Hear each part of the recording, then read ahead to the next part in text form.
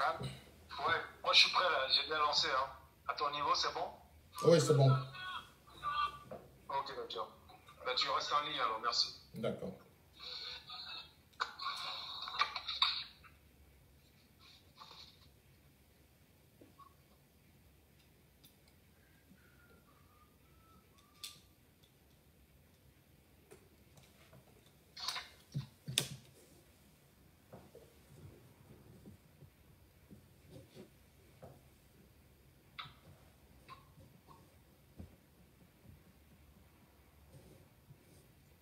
Il est 7h passé de 21 minutes du côté bien sûr d'Abidjan, Ouaga, Bamako et Dakar, soit 9h21 à Genève, à Bruxelles, Paris et surtout à Nuremberg en Allemagne. En Australie, je ne sais pas quelle heure il est.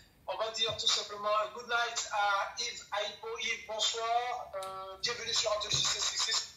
Vous êtes quand même une figure emblématique hein, justement de tous ces jeunes Africains qui se battent pour une démocratie, pour une paix et surtout pour une vie meilleure. Merci, bon vendredi à vous. C'est vrai que l'Australie et la Suisse, c'est un super décalage horaire, mais ce qui est charmant dans cette histoire, c'est votre disponibilité. Comment est-ce que vous vous sentez? Comment est-ce que vous allez? Ça va? Oui, je vais bien, merci. Je sais. Merci de m'avoir invité. Il est présentement 17h22 minutes en Australie. 17h22 minutes. Donc le week-end a commencé pour vous ou bien Exactement. vous êtes déjà à l'activité? Je viens de finir là. Je viens de finir. Je suis tranquille pour le week-end. Il y a un chiffre qui a retenu mon attention, j'espère les autres aussi, ceux qui nous suivent, puisque l'émission est transmise en direct là, sur Facebook Live. C'est le chiffre 3. Pourquoi 3? Puisque FPI c'est 3, FPI c'est 3 lettres, GOR c'est 3 lettres, GOR c'est 3 lettres. Et puis au sein du FPI, justement, il y a les pro-Babo, les pro-AFI et les pro-Simon, donc ça fait également 3. On commence par quoi? On commence déjà à rendre hommage au Premier ministre décédé. On parle de ça ou bien on attaque directement comment va le FPI? D'accord. Écoute, merci. Effectivement, il faut présenter les condoléances au RDR qui vient de perdre non seulement le candidat qu'ils avaient proposé pour les élections de 2020, et puis il faut aussi penser au fait que c'était quand même le premier ministre de leur république. Donc nous avons du respect pour les autorités en Côte d'Ivoire, même si nous ne les reconnaissons pas. Il faut quand même présenter les condoléances à la famille, parce que comme je le dis, la politique, ce n'est pas la bestialité. Nous qui sommes sur les réseaux sociaux, nous critiquons, nous dénonçons, mais l'objectif n'est pas de créer des hostilités bestiales. Donc, si quelqu'un perd un ami, un frère, un parent, nous demandons donc que Dieu puisse soutenir ces personnes. Ceci dit, vous avez aussi mentionné qu'au FPI, il y aurait 3 tendances, pro-Simone, pro-Gbagbo et pro-Afi. Oh, c'est pas vrai parce que je pense que jusqu'aujourd'hui, il y a toujours un seul FPI. Le FPI est présidé de main de maître par le président Laurent Gbagbo. Ça a été vu au congrès de Mama, ça a été vu au congrès de Mossou. Et Simone Eïvé Gbagbo est aujourd'hui deuxième vice-présidente du FPI parce que le président Laurent Gbagbo l'a mise à ce poste. C'est Laurent Gbagbo qui a donc donné cette place à Simone Gbagbo. Il a supprimé l'intérim qu'assurait M. Aboudraman Sangaré.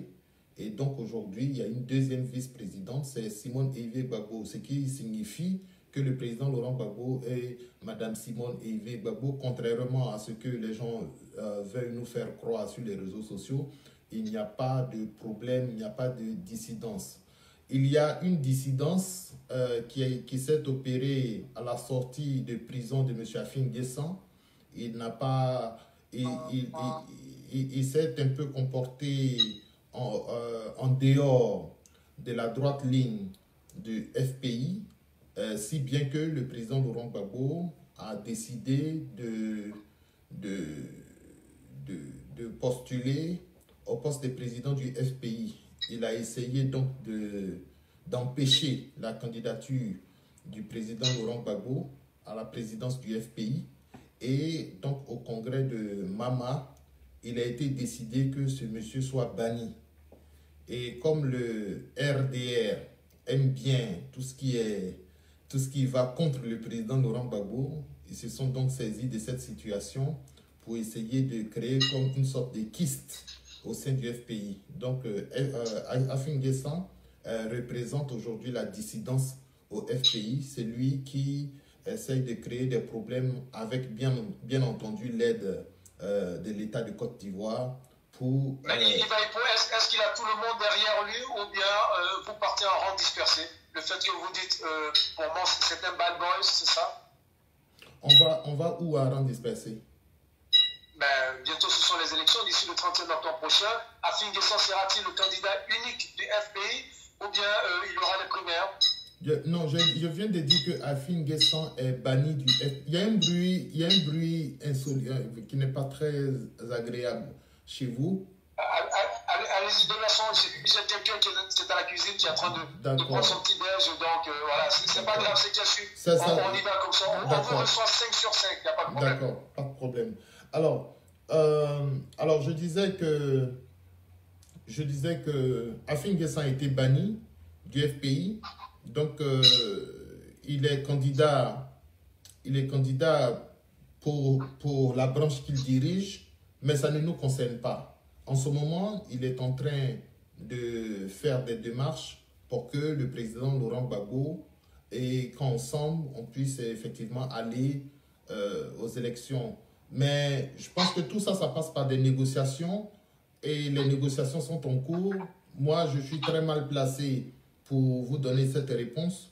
Pour l'instant, nous attendons et le moment venu, on pourra vous situer qui sera le candidat du FPI. Donc, jusqu'à présent, voilà, c'est silence radio. Gbagbo va-t-il se présenter? Simone, ça l'intéresse aussi la présidentielle ou pas? Ce que les autres aimeraient savoir, c'est le candidat idéal que va présenter justement le FPI. C'est ça qui est en train d'attirer un peu notre attention. C'est pour cette raison qu'on essaie ce matin-là de pousser un peu le bouchon, puisque au côté PDCI, c'est déjà clarifié, c'est l'ancien président Henri Conan Bédier. Côté RDR, RHDP, on ne sait pas si Ado va le faire ou pas. D'ici les jours à venir, on sera situé, mais côté FPI, puisque c'est quand même, on dit quoi, c'est l'opposition costaud, majoritaire. Le problème au FPI, c'est que nos autorités ont été emprisonnées. Nos autorités, il y a le président qui est le fer de lance, est à La Haye et c'est de notoriété publique. Il a été acquitté, les gens essaient de le maintenir là-bas. Alors, nous sommes en train de nous battre pour que le président Laurent Gbagbo soit disponible pour les élections de 2020. Donc, avant octobre, avant même le dépôt des dossiers. Mais nous sommes combattus par la communauté internationale, nous sommes combattus par les régimes Ouattara. Donc, c'est pourquoi je vous dis pour l'instant, je ne peux pas vous dire grand-chose puisque nous sommes en plein combat. À l'heure où vous et moi, nous sommes en train de parler, nous sommes en plein combat. L'idéal serait que le président Laurent Gbagbo soit candidat du FPI, mais nous devons nous battre contre nos geôliers. Vous voyez, il y a des gens qui veulent empêcher, et ça a commencé depuis 2011-2012, qu'ils ont voulu éloigner le président Laurent Gbagbo du jeu politique. Et c'est ce qui est en train de se passer en ce moment. Donc, on mène le combat. On espère que d'ici le mois prochain, le président Laurent Gbagbo soit libéré. S'il est libéré, il ira en Côte d'Ivoire, il fera dépôt de candidature et nous serons très nombreux, des millions d'Ivoiriens à le voter et il gagnera encore. C'est une certitude.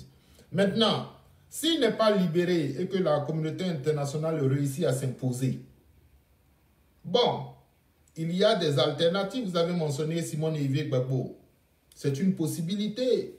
Et vous avez mentionné tantôt Afin N'Guessan. Il y a des discussions dans ce sens. Donc, je veux dire, le FPI, il y a beaucoup d'options. Contrairement au RHDP, au RDR, qui n'a pas beaucoup d'options.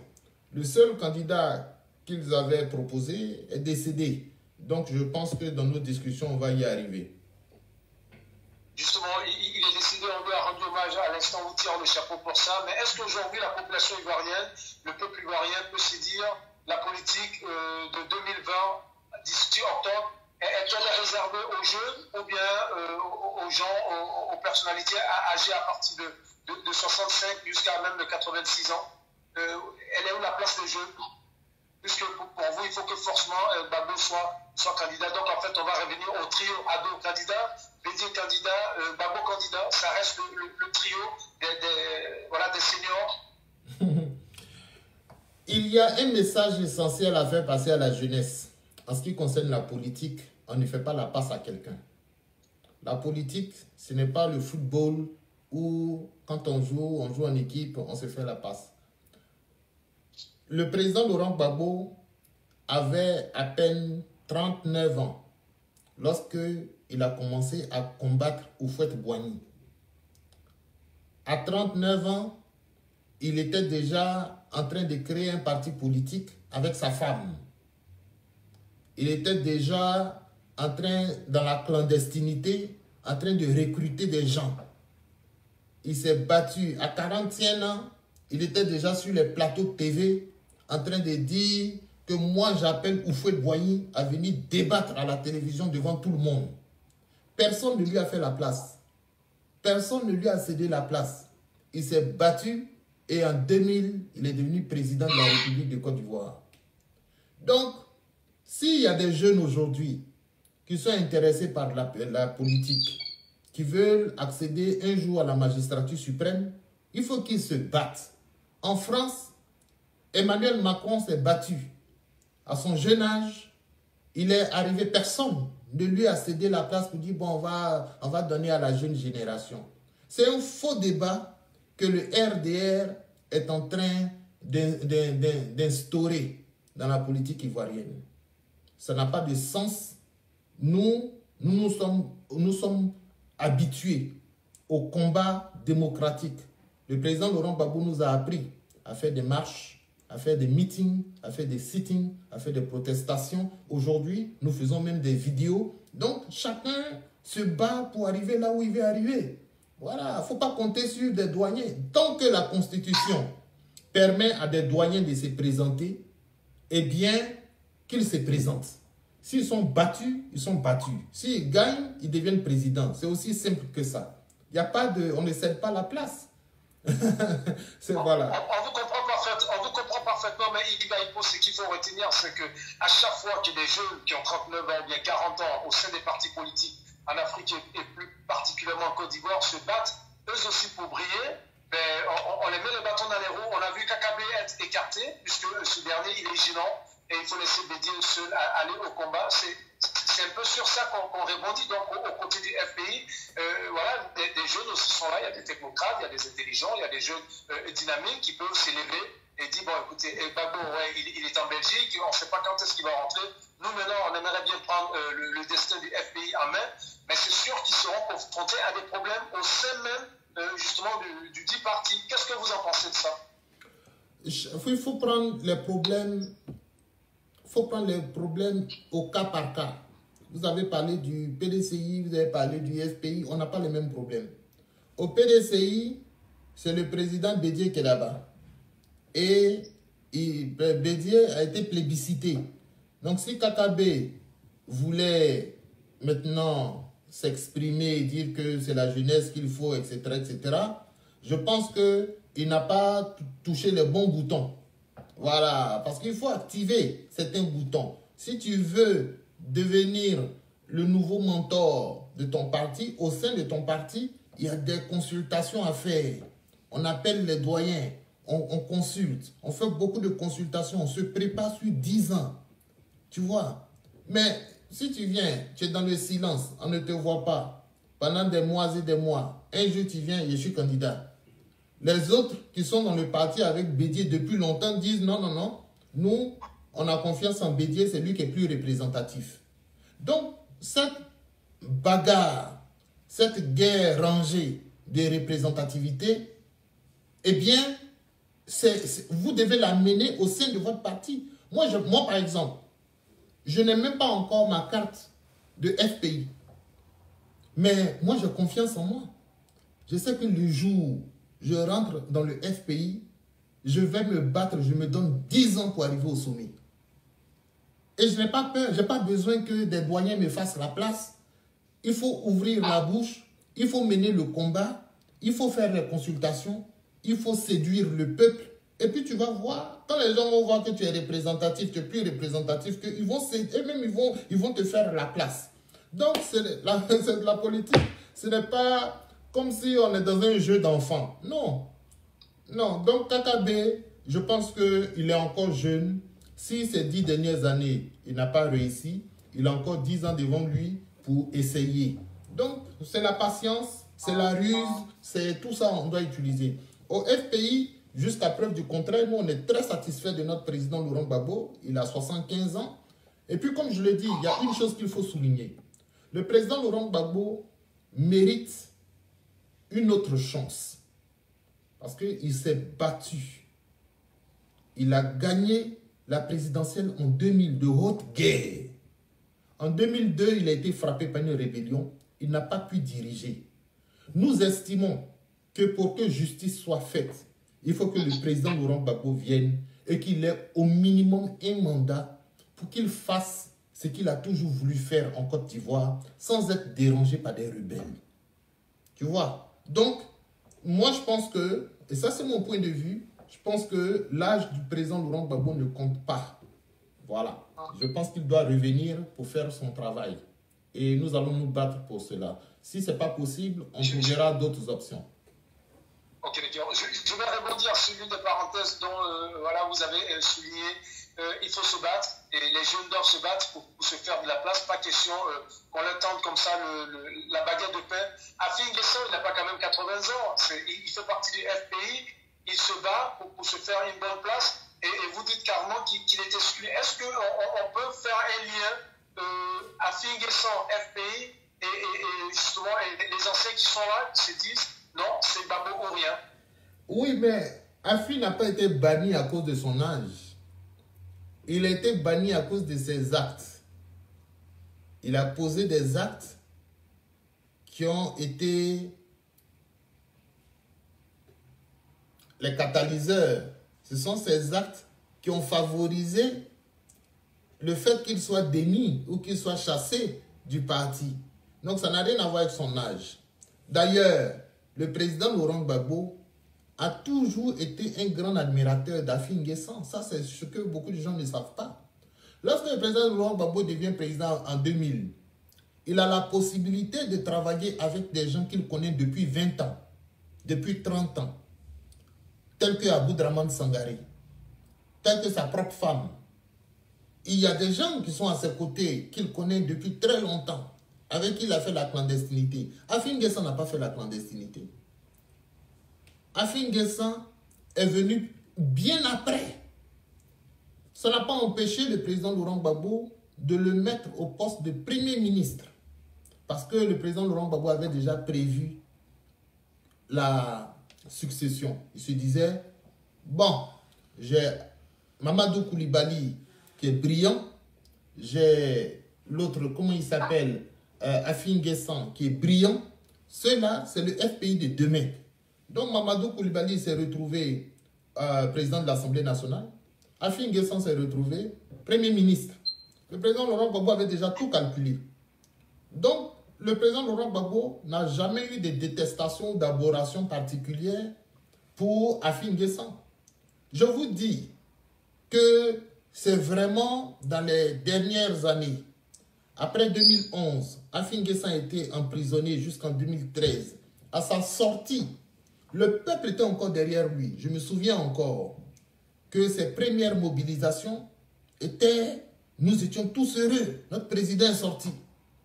Mais au moment où nous étions en train de décrier la CEI, lui était d'accord avec cette CEI. C'est là que Lida Kwasi a dit, attention, ce monsieur-là, sa démarche est bizarre. Nous sommes en train de combattre cette CEI, lui, il y va tête baissée. etc., etc. Donc, voilà un peu les bras de fer qu'on a eu avec Afin Guessan. Il y a eu d'autres choses. Il a convoqué des gens à la justice. Il a fait, et à cause de lui, certains camarades se sont retrouvés en prison parce qu'il a passé un deal avec l'État de Côte d'Ivoire. Et jusqu'aujourd'hui, qu'est-ce qu'il dit? Il dit qu'il est légal. Sur le plan légal, c'est lui qui est reconnu. La légalité. Il veut dire que c'est Ouattara qui le... Alors que Ouattara, c'est notre ennemi premier. Donc lui, il tient sa légitimité. Vous le trouvez trop pacifiste, trop mou? Non, pas du tout. Vous ne suivez pas.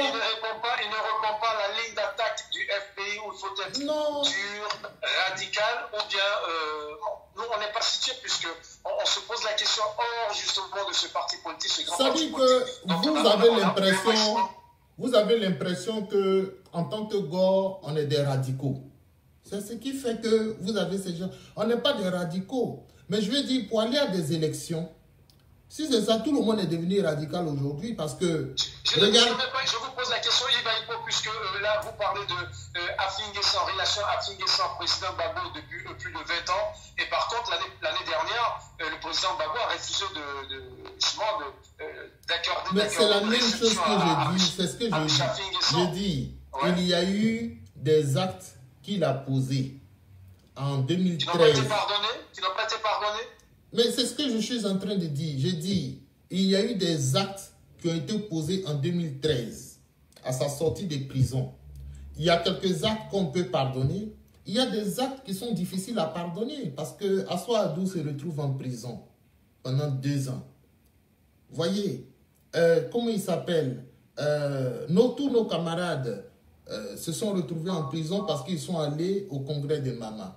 Donc, ça, c'est un volet. Le deuxième volet qui est difficile à pardonner, et c'est le plus récent, c'est que quand Afin Guessan va voir le président Laurent Gbagbo à La Haye, c'est bien parce que le président est en position de pardonner maintenant. Mais quand il va, qu'est-ce qu'il dit? Il pose des conditions au président. Il dit, je te donne la possibilité d'unifier le parti à condition que je sois ton second. Donc, si tu es empêché de te présenter, je veux que ce soit moi. Si ceci, si cela. Donc, le président a écouté toutes ces conditions. Et le président a dit, ok, j'ai compris. Allez à Dijon, allez discuter avec les autres camarades. S'ils sont d'accord avec toutes les conditions que tu viens de donner là, faites-moi le retour. Donc, on n'est pas à un niveau de pardon. On est à un niveau où Afin Guessan est le maître du jeu parce qu'il est reconnu par l'État de Côte d'Ivoire. Donc, c'est lui qui est en train de mettre les bâtons dans les roues de tout le monde.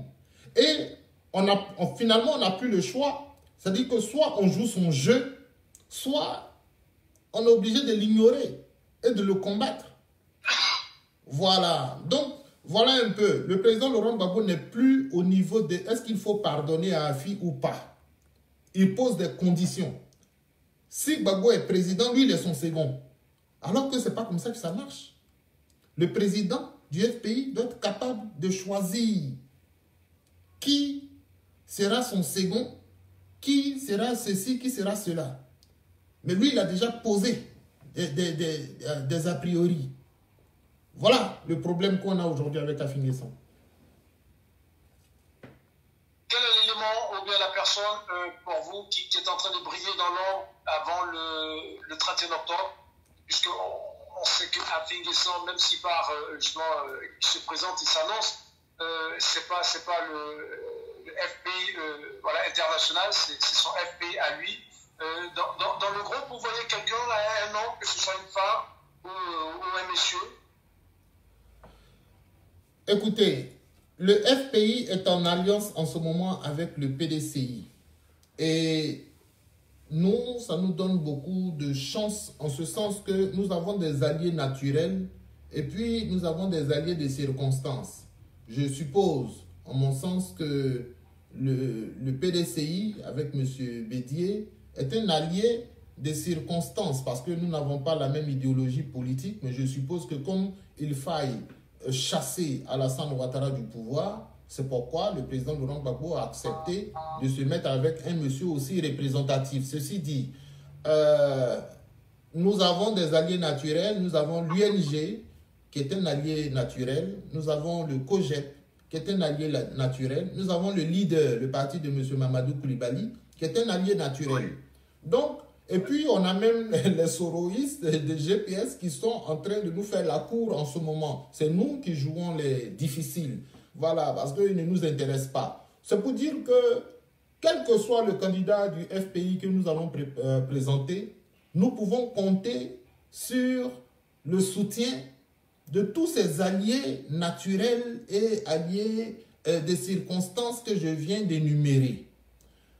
À partir de ce moment, oui, le FPI fait peur, le PDCI fait peur. Aujourd'hui, il faut le dire, l'opposition ivoirienne fait peur au pouvoir en place. C'est pourquoi le pouvoir en place est en panique. Le pouvoir en place vient de présenter un candidat, le candidat est mort. Donc, soit ils essayent un passage en force, de faire un passage en force, en présentant un candidat qui n'est pas éligible, qui est Ouattara, soit ils sont obligés de prendre quelqu'un qui ne sera pas représentatif, ou du moins assez représentatif pour pouvoir battre Bédié et le candidat du FPI. Parce que Ahmed Bakayoko, qui, en mon sens, d'après les indiscrétions qui nous sont parvenues, serait peut-être une option.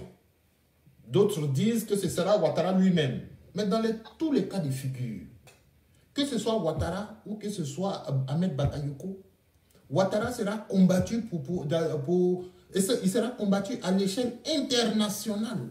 Ce n'est même pas en Côte d'Ivoire seulement qu'il sera combattu.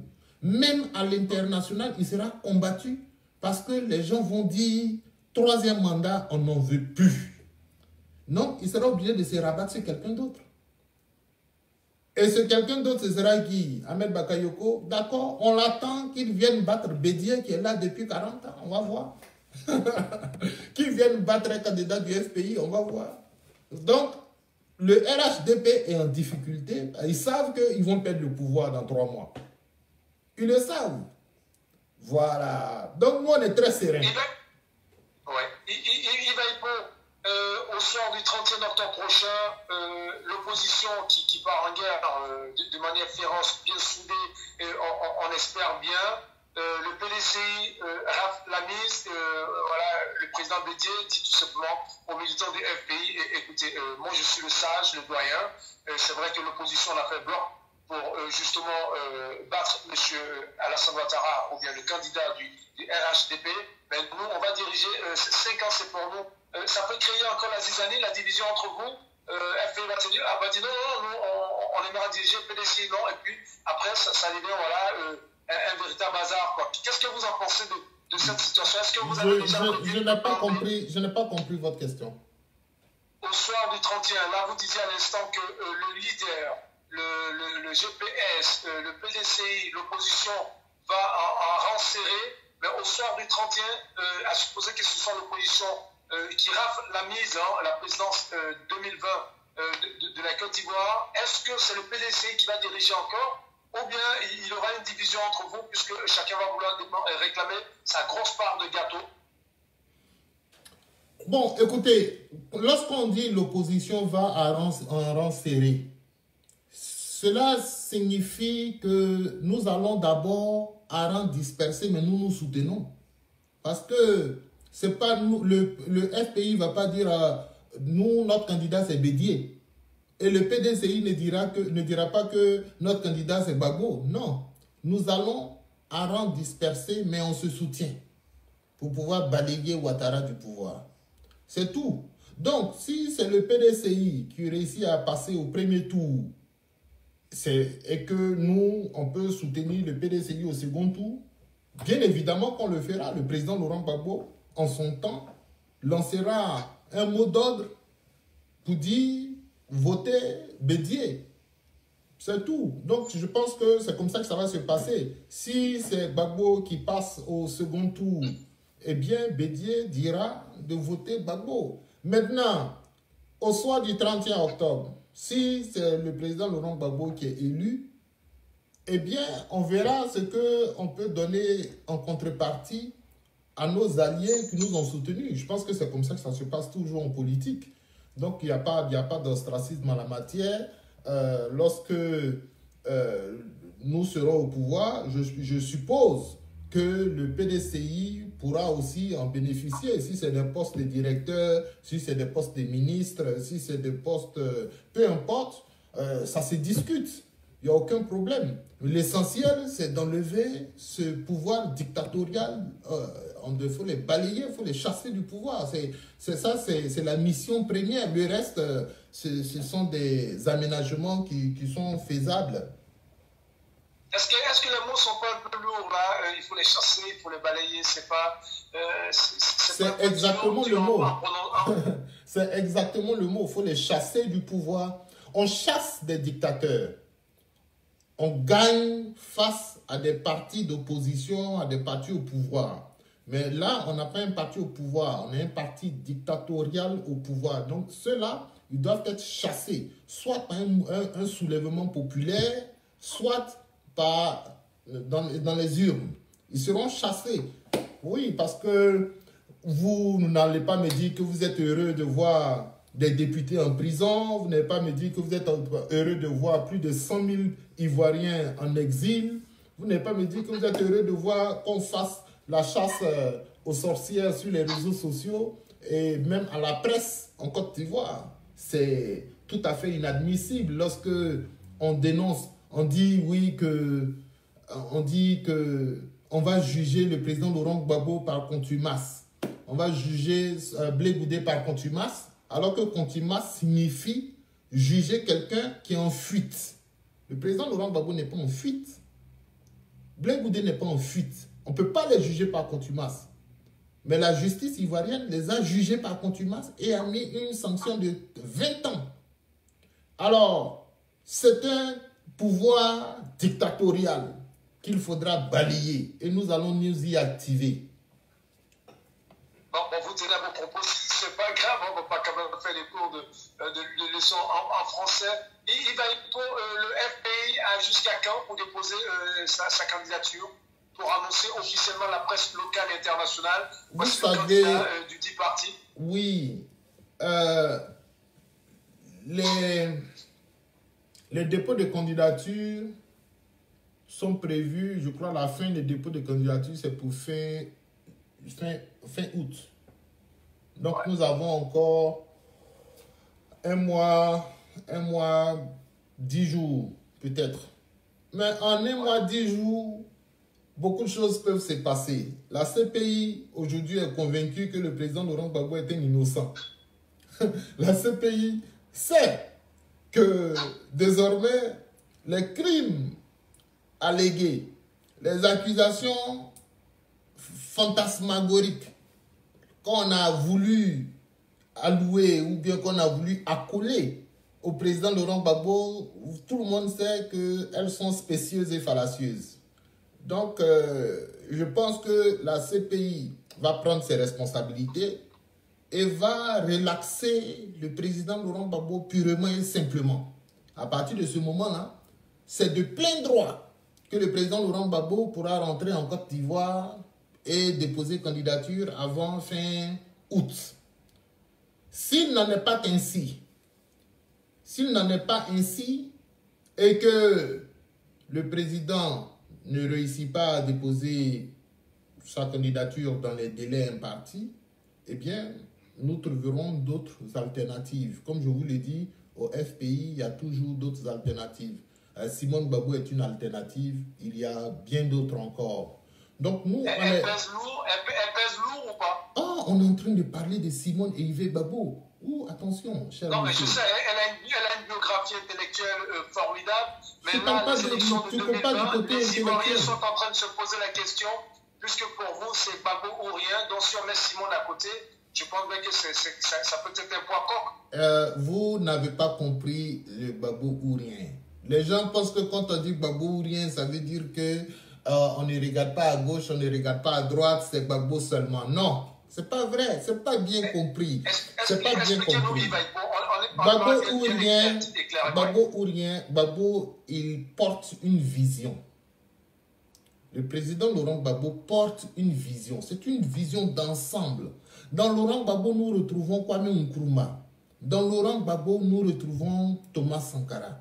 Dans Laurent Gbagbo, nous retrouvons un certain nombre de leaders qui se sont battus pour un certain nombre d'idéologies que nous partageons.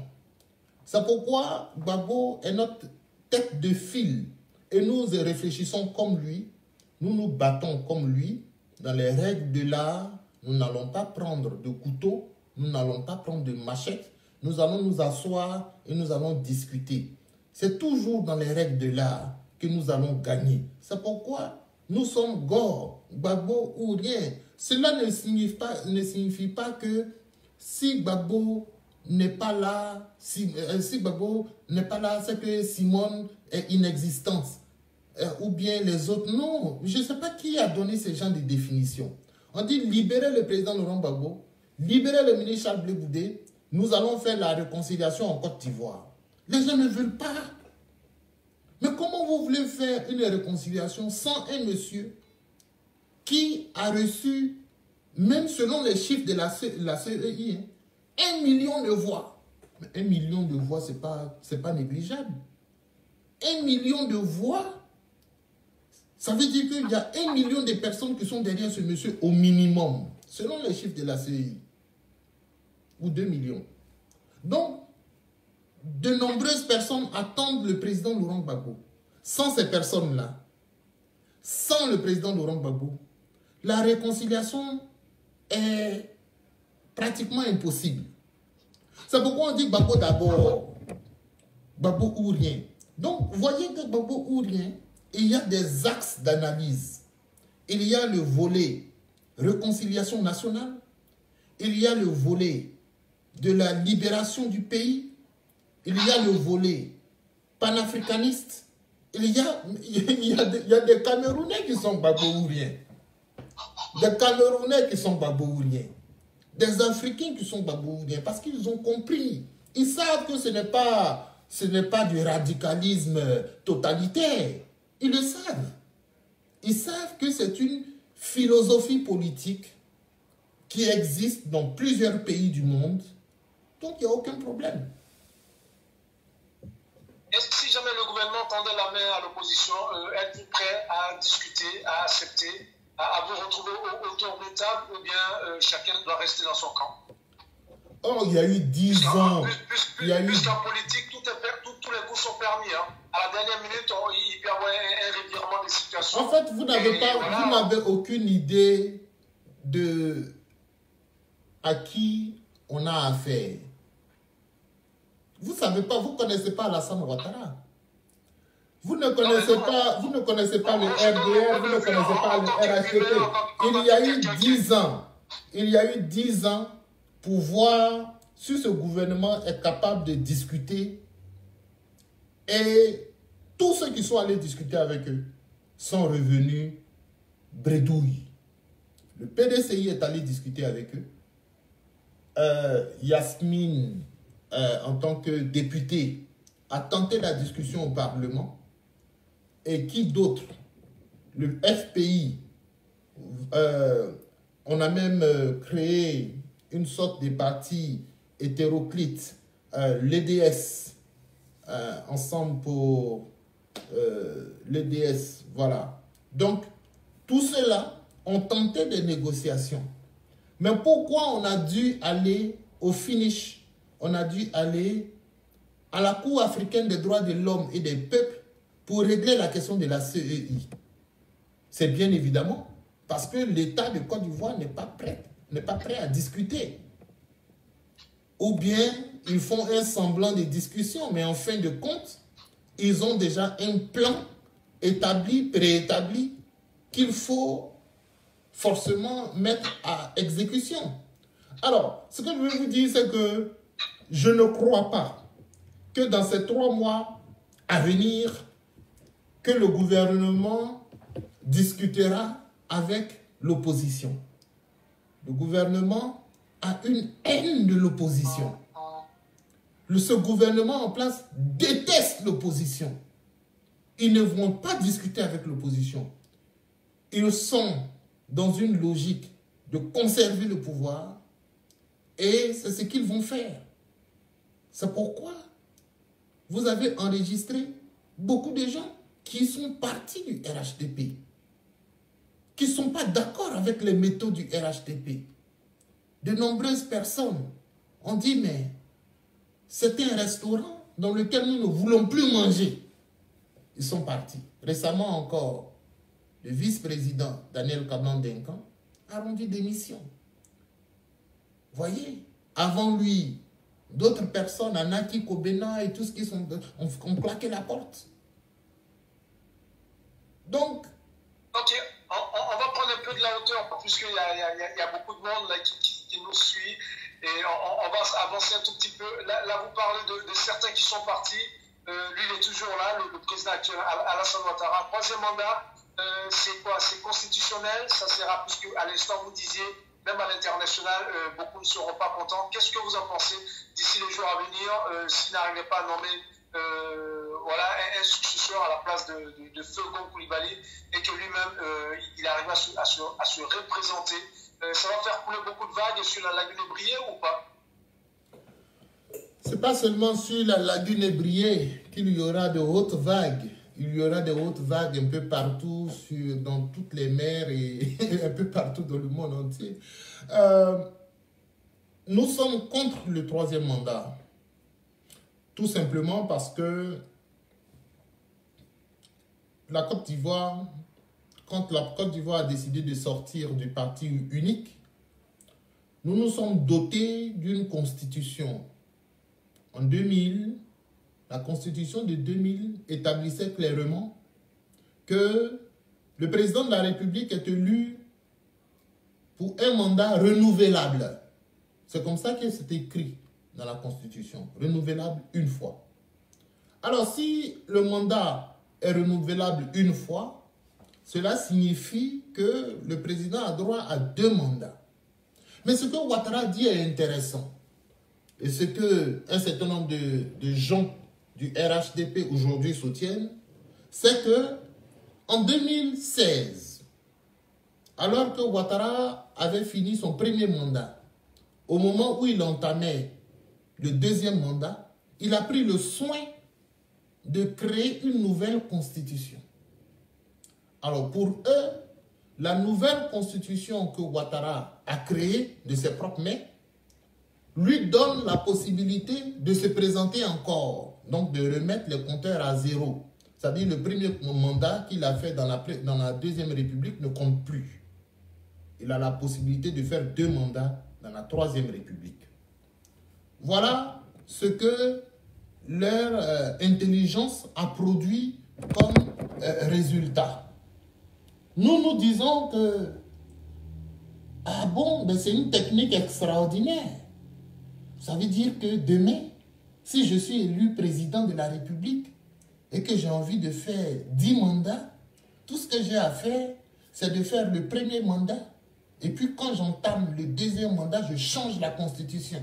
Comme ça, les compteurs reviennent à 0 et le premier mandat ne compte plus. Ah bon? Donc tout le monde va faire ça, ça va devenir un jeu d'enfant. Et on va se retrouver avec 250 constitutions dans 50 ans. Il ne faut pas que le RHDP aille jusqu'à ce niveau de niaiserie. C'est de la niaiserie. Ce n'est pas bon, ce n'est pas encouragé, et je suis déçu de personnes telles que M. Kakabe qui ont soutenu de telles fadaises. C'est des choses à éviter. Je suis content parce qu'il y a 2 jours seulement, je disais que l'essentiel n'est pas de critiquer, il faut proposer.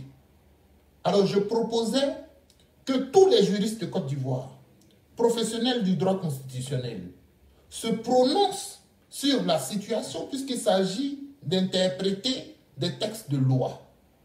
Alors, M. Melek Djedjero, spécialiste de droit, M. Francis Vanga-Vaudier, spécialiste de droit, M.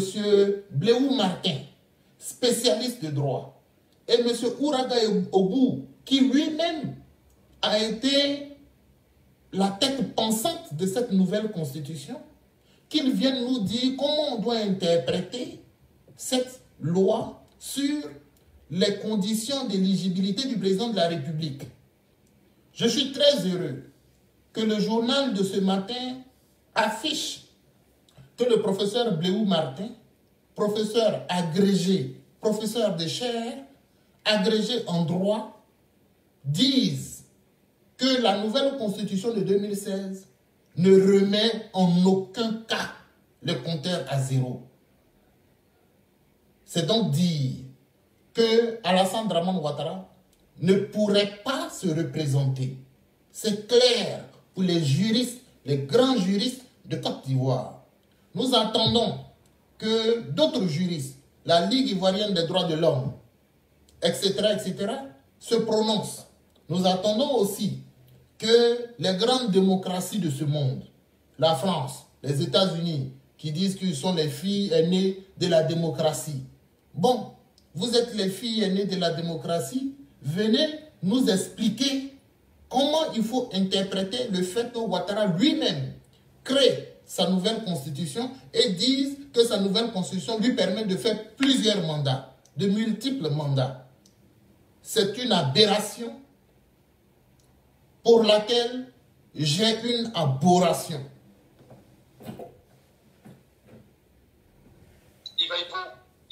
Depuis l'Australie, là, sur Radio CCCT, il y a certains, justement, auditeurs et même téléspectateurs de la radio au cœur de l'actu qui se posent la question, est-ce qu'il existe un décalage entre l'Assemblée nationale, les députés et le président qui a tout le pouvoir, chef des armées, le président de la République, parce que c'est quand même un pouvoir central. Pourquoi est-ce qu'à chaque fois qu'une décision est prise, les députés, justement, qui sont les garants de la population, de la nation, ne montent pas au créneau, ils attendent, et c'est maintenant que tout le monde crie un tout petit peu dans les couloirs d'Abidjan? Oui, mais, monsieur, nous sommes dans un régime présidentialiste. Et tout ça, c'est expliqué dans le cours de droit constitutionnel. En principe, la France nous a fait héritage d'un régime présidentiel. Mais lorsque les présidents africains se sont installés, ils ont tourné ou retourné ce régime présidentiel en régime présidentialiste. Qu'est-ce que ça signifie? Ça signifie que le président de la République gère l'État dans un système jacobin. Le système jacobin, c'est-à-dire lui seul a le marteau et c'est son marteau qui frappe toutes les têtes.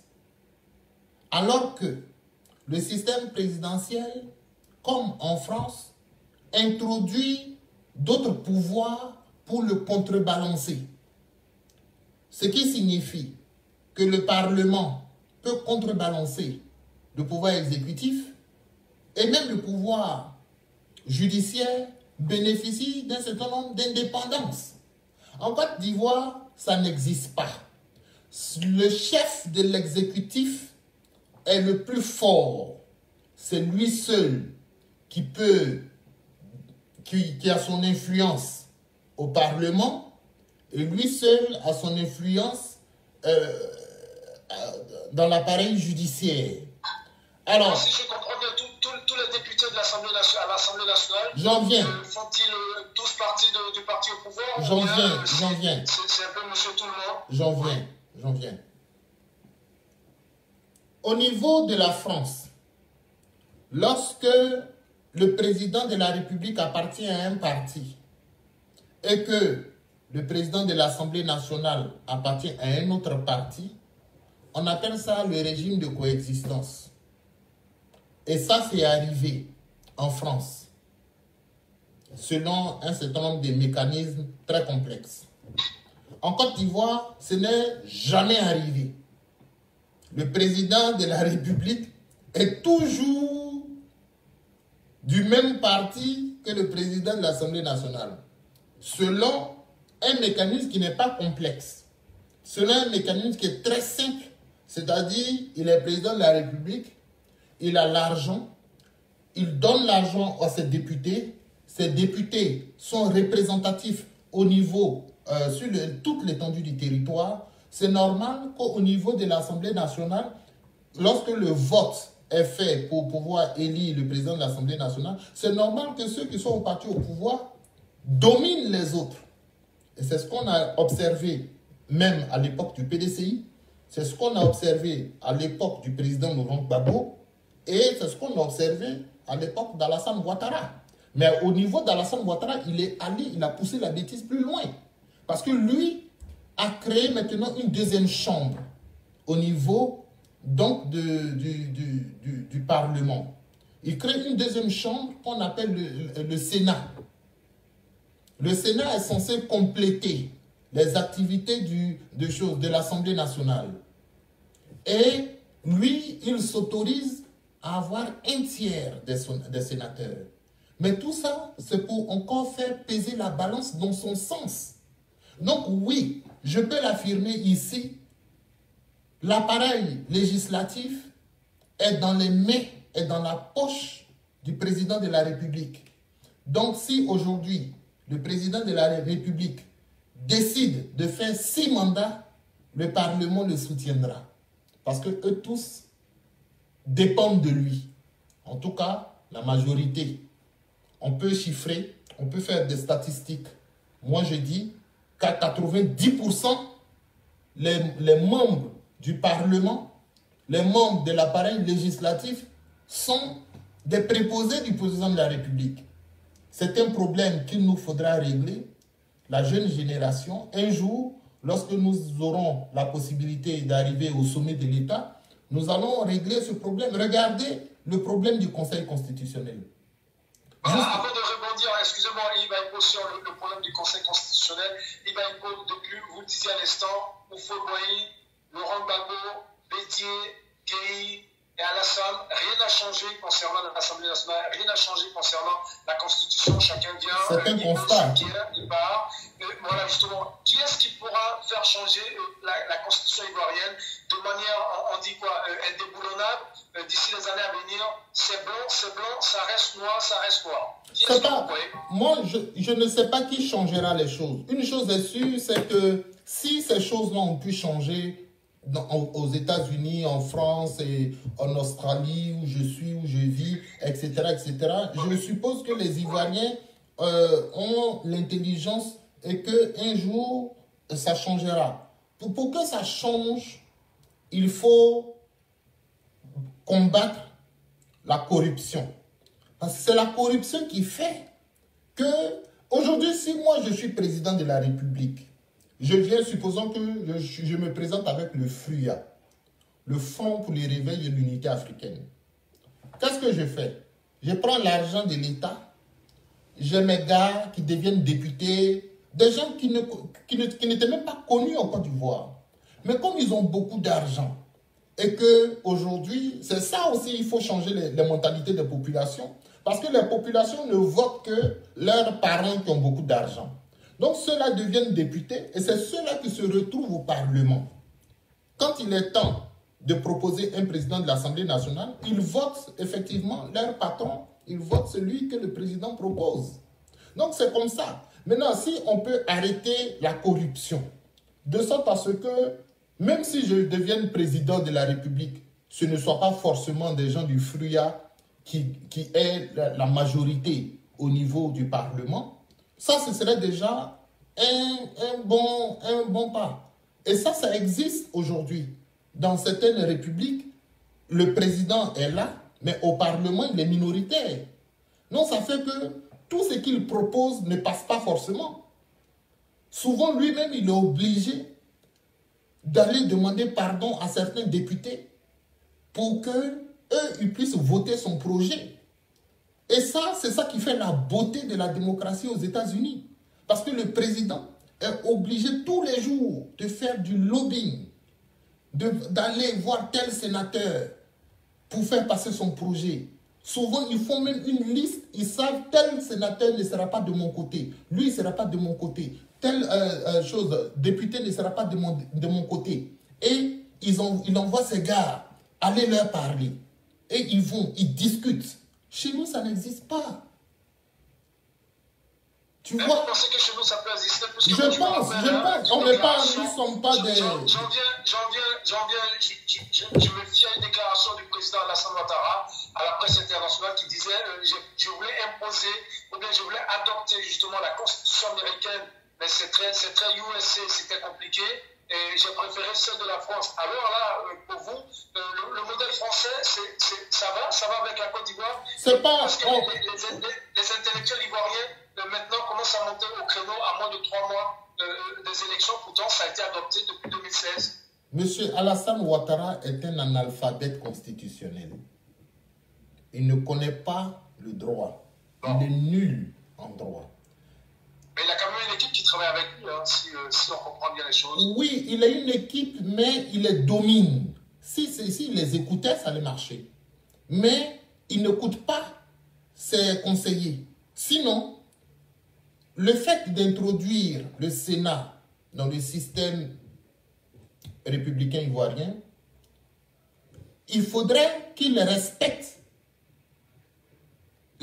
comment ça se fait dans d'autres pays.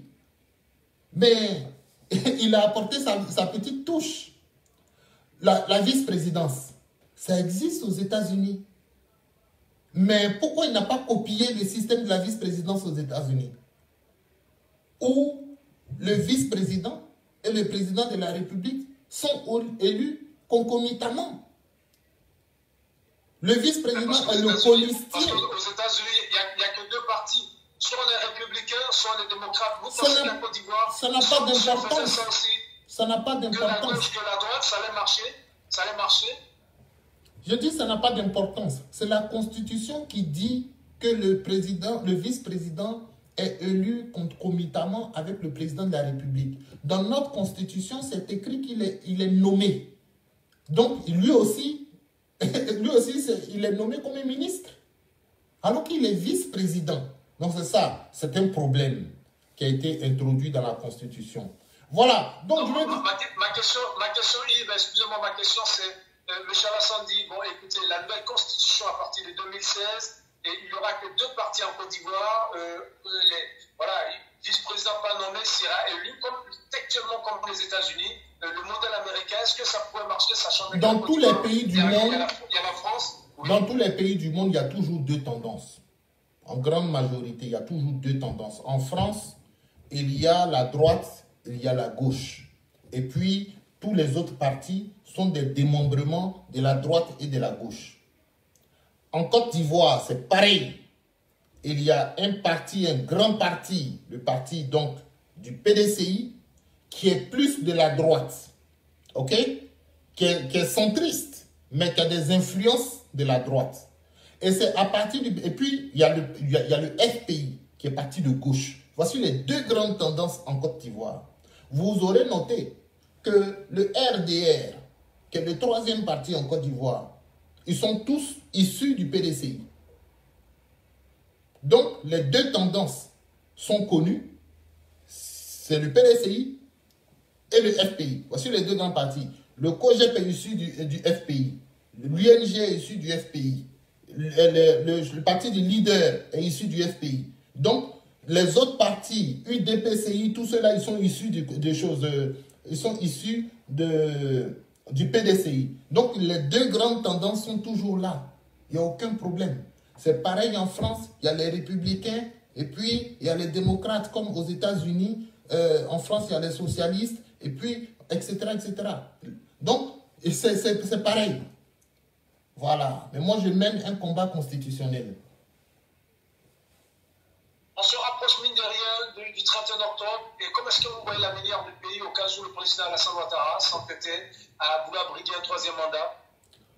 Écoutez, si Alassane Ouattara et son parti perdent le pouvoir, ce sera une très très bonne nouvelle pour des centaines de milliers d'Ivoiriens, je dirais même des millions d'Africains. À partir du moment où nous autres, nous pourrons rentrer dans notre pays tranquillement, on pourra mettre fin une bonne fois pour toutes aux rébellions et aux coups d'État, aux emprisonnements, à l'exil. Je suppose que le nouveau président qui viendra aura compris que la Côte d'Ivoire ne peut pas vivre dans le stress tout le temps, la Côte d'Ivoire ne peut pas vivre dans la psychose tout le temps, et qu'on va relaxer un peu la politique, on va permettre à tout le monde de discuter, on va ouvrir un peu les frontières, les gens vont rentrer, ils sont au Ghana, ils sont sur des camps de réfugiés, tout ça, ça ne fait pas plaisir. Donc voilà, moi ce que j'espère, j'espère que de nouvelles personnes viendront au pouvoir, que ce soit le FPI, que ce soit le PDCI, c'est pas grave, que ce soit, mais je veux un président qui aura compris qu'il ne faut pas emprisonner ses adversaires. Est-ce qu'il aura aussi une influence de l'extérieur sur les élections à venir là, en Côte d'Ivoire? C'est pourquoi je vous ai dit que nous, on est Gbagbo ou rien, vous n'avez pas compris. C'est ce que j'avais dit quand j'ai dit on est Gbagbo ou rien. C'est parce que Gbagbo refuse l'influence extérieure. Gbagbo a dit, moi, je suis président de la Côte d'Ivoire, je suis un élu, je ne suis pas un sous-préfet de la France. C'est à cause de tout ça que nous suivons le président Laurent Gbagbo, parce qu'avec lui, nous savons que on n'a pas à réfléchir si Nicolas Sarkozy aura son mot à dire ou bien Emmanuel Macron aura son mot à dire. Pour les autres, je ne peux rien dire. Mais en ce qui concerne moi, mon candidat, en ce qui concerne mon parti politique, nous sommes contre l'influence de la France. La France peut contribuer. La France peut dire, ah, en tout cas, nous, on peut vous aider ainsi, on peut vous aider comme ci. Il n'y a pas de problème. Mais dire qu'ils vont nous dicter ce que nous devons faire, nous devons dire, nous devons faire pour notre peuple, ça, non. Et la France le sait. La France connaît très bien le FPI. La France connaît très bien le président Laurent Gbagbo. Donc, ils savent qu'ils ne peuvent pas jouer à ce jeu avec nous. Maintenant, est-ce qu'ils le feront avec les autres? Ça, je n'en sais pas grand-chose. Est-ce que pour le Quai d'Orsay, disons, le gouvernement français, c'est l'occasion de justifier ce sentiment anti-français si jamais les Ivoiriens arrivent à écarter la France justement de son chemin? Il n'y a pas de sentiment anti-français en Côte d'Ivoire. Comme l'a dit le président français, il y a un sentiment anti-français. Ça, c'est ce que lui il pense, parce que ça leur permet de faire des discours de propagande. Mais il n'y a pas de sentiment anti-français en Côte d'Ivoire. Les Ivoiriens, je ne sais pas si je sais pas si tu es Ivoirien, mais moi, les frères ivoiriens que j'ai pratiqué, j'ai fait le campus de Boaké, j'ai fait le campus de Cocody, j'ai fait le campus de toutes les universités où je suis passé, je côtoyais de nombreux Ivoiriens. Je n'ai jamais vu un sentiment anti-français. Ceci dit, j'ai vu que la jeunesse en a marre de l'ingérence française dans la politique africaine. J'ai vu, mais ça, ce n'est pas un sentiment anti-français. C'est que les Ivoiriens sont en train de se décoloniser totalement dans leurs esprits. Quand on dit on ne veut plus du franc CFA, et ils appellent ça sentiment anti-français, alors que c'est parce qu'on a compris que le franc CFA, c'est une monnaie française qui leur permet de dicter leurs desiderata au président africain. Et c'est pourquoi je pense que c'est un peu le même problème avec la notion de gore. Les gens ne comprennent pas ce que c'est. C'est de la même façon, quand on dit anti-français, sentiment anti-français, c'est mal compris. Ce sont des notions que les gens avancent sans vraiment connaître les profondeurs. Les Africains, tous les Africains de ce monde n'ont jamais de sentiments de xénophobie, d'agressivité, de racisme ou de sentiments anti-français. Les Africains, nous sommes tous nés d'une même mère, la mère Afrique, qui nous a donc inculqué des valeurs. Ce sont des valeurs d'amour. Nous aimons l'étranger. Nous accueillons les étrangers. Nous les aimons. Et c'est bien parce qu'on les aime tellement qu'on a été colonisé, on a été esclavagisé. Donc ne venez pas dire qu'on a des sentiments anti-français en Afrique. Ça n'existe nulle part. Mais ce n'est pas parce qu'on vous aime, ce n'est pas parce qu'on n'a pas de problème avec vous qu'on va vous permettre de nous traiter comme des moins que rien. Voilà. Il faut que les Français nous respectent, surtout les gouvernements français, parce qu'en même temps, quand on dit sentiment anti-français, il faut faire attention, parce qu'on n'a pas de problème contre les Français. C'est comme ça. On parle de gouvernement français, on parle de la France politique. Ces derniers temps, c'est vraiment, on dit quoi, le mercato mystique sur la toile. Hein. Beaucoup de jeunes Ivoiriens montent au créneau pour dire tout simplement aux étrangers stop aux non-Ivoiriens, ne vous mêlez pas de la politique ivoirienne. Et c'est en train de faire couler beaucoup d'encre. On voit des ressortissants burkinabés réagir, des Maliens qui montent au créneau, beaucoup d'étrangers se disent les Ivoiriens deviennent xénophobes. C'est quoi? C'est une mauvaise information, une mauvaise interprétation, ou bien ils oublient que voilà, la Côte d'Ivoire, c'est aux Ivoiriens, c'est pas à l'étranger qui réside en Côte d'Ivoire, qui n'a aucun intérêt, ça peut être administratif avec la Côte d'Ivoire, de faire la loi. Chacun doit connaître sa place. Bien évidemment, chacun doit connaître sa place. Dans tous les pays du monde, les étrangers connaissent leur place. Il y a des pays où il y a des dérives. Et je pense que dans ces pays, on essaye de régler les dérives. Aux États-Unis, vous avez vu les problèmes entre les Blancs et les Noirs. Hein? Je ne dis pas que les Noirs sont étrangers aux États-Unis, c'est eux qui ont bâti ce pays. Mais vous avez connu les problèmes de racisme. Comment ça se règle? Je ne pense pas que ça se règle avec les pistolets, avec les machettes. Je pense qu'on essaye de faire des campagnes de sensibilisation pour rapprocher un peu les gens, pour que les gens arrêtent de s'entretuer. En Afrique du Sud, vous avez vu les problèmes avec le racisme qui a été développé, les sentiments anti-étrangers. Ils ont dit qu'ils n'aimaient pas les étrangers, mais ce n'était pas joli à voir. Hein? Les vidéos que nous avons vues circuler, ce n'étaient pas de belles vidéos. C'était atroce. Et moi, je ne souhaite pas ça pour la Côte d'Ivoire. Je pense que oui, ce que certaines gens disent, c'est vrai, on a quelques problèmes avec certains étrangers, mais la solution qu'ils proposent est une solution saugrenue. C'est une solution qui n'est pas intelligente parce qu'ils disent, oui, il faut acheter des machettes, il faut garder comme ça. Si dès que... Moi, je dis non. Je dis non. En France, il y a des millions d'étrangers, mais quand ils vont là-bas, pourquoi ils ne vont pas faire du n'importe quoi pendant les élections? Pourquoi ils ne vont pas voler les terres des Français? Non, ils ne peuvent pas parce qu'il y a des règlements, il y a des textes. Donc, ils savent qu'ils ne peuvent pas faire n'importe quoi en France. C'est ce qu'il faut faire en Afrique. Il faut désormais avoir des textes solides, capables de protéger les terres des autochtones, de sorte à ce que les peuples allogènes qui arrivent respectent et se tiennent à carreau. Mais ce n'est pas avec les machettes. On n'est pas à l'état de nature. On a laissé faire dès le départ, dès le début.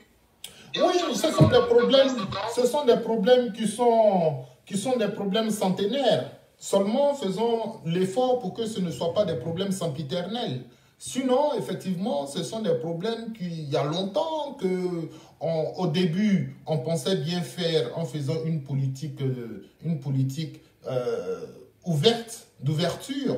Voilà, une politique où Fouet disait la terre appartient à celui qui la met en valeur. Pour lui, si les nationaux ne travaillent pas la terre, ok, les étrangers vont travailler la terre, et puis, bon, si tu travailles la terre, c'est ta terre, etc., etc. C'est comme ça qu'il a fait signer des bails anti-féotiques. Un bail anti-féotique, c'est un bail de 99 ans. Voilà, pendant 99 ans, la terre t'appartient, après ça, elle revient à l'État de Côte d'Ivoire. Donc, il y a tout ça. Donc, je dis que, comment faire de sorte à ce que les étrangers se tiennent à carreau? Les problèmes fonciers sont des problèmes qui sont là, il y a longtemps que ça existe, mais je pense qu'il faut trouver des voies et moyens pour pouvoir contrôler tout ça. Donc, je dis que ceux qui en parlent sur les réseaux sociaux ne maîtrisent pas le sujet parce qu'il y a le problème des terres, qui est le problème foncier rural, il y a le problème des nationalités, qui est un problème du code de la nationalité, et puis, il y a d'autres problèmes. Comment devenir ivoirien? Comment on devient ivoirien? Parce que tout ce que vous appelez étranger, il y en a qui ne sont même pas étrangers, il y en a qui sont ivoiriens. Et c'est trop facile de regarder le nom de quelqu'un et dire qu'il est étranger. Aujourd'hui, il y en a qui disent que Blaise Compaoré est étranger, alors qu'il a bénéficié d'un décret de l'État de Côte d'Ivoire, le faisant ivoirien. Donc, si tu dis que c'est un étranger, bah, c'est que tu ne maîtrises pas le droit. Voilà, il est ivoirien,